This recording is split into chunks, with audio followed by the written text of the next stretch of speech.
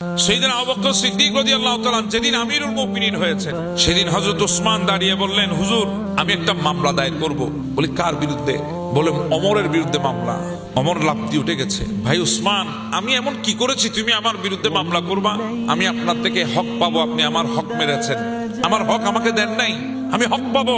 হযরত ওমর রাদিয়াল্লাহু তাআলা বলছেন, ওসমান আমি জিন্দেগিতে তোমার কাছ থেকে টাকা কর্জ নিয়েছি, দিই নাই, এমনটা হয় নাই। আমি তোমার কাছ থেকে জমি নিয়েছি জোর করে, এমনটা হয় নাই। কিসের হক তুমি আমার কাছে পাবে?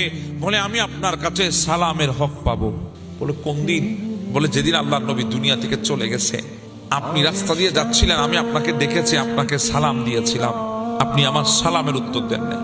হযরত ওমর বলছেন, ভাই যেদিন আল্লাহর নবী দুনিয়া থেকে চলে গেছে আমি তো আমার ভেতরে ছিলাম না, এরপরও যখন তুমি বলছো তুমি সালাম দিয়েছো, তাহলে ঠিক আছে দিয়েছো, ভাই আমারে বলো কি করলে তোমার সালামের হকটা আমার আদায় হবে। তখন হযরতে ওসমান রাদিয়াল্লাহু তাআলা বলছেন, হুজুর বেশি কিছু করতে হবে না, আপনি আমার সালামের উত্তর দেন, হক আদায় হয়ে যাবে। সুবহানাল্লাহ।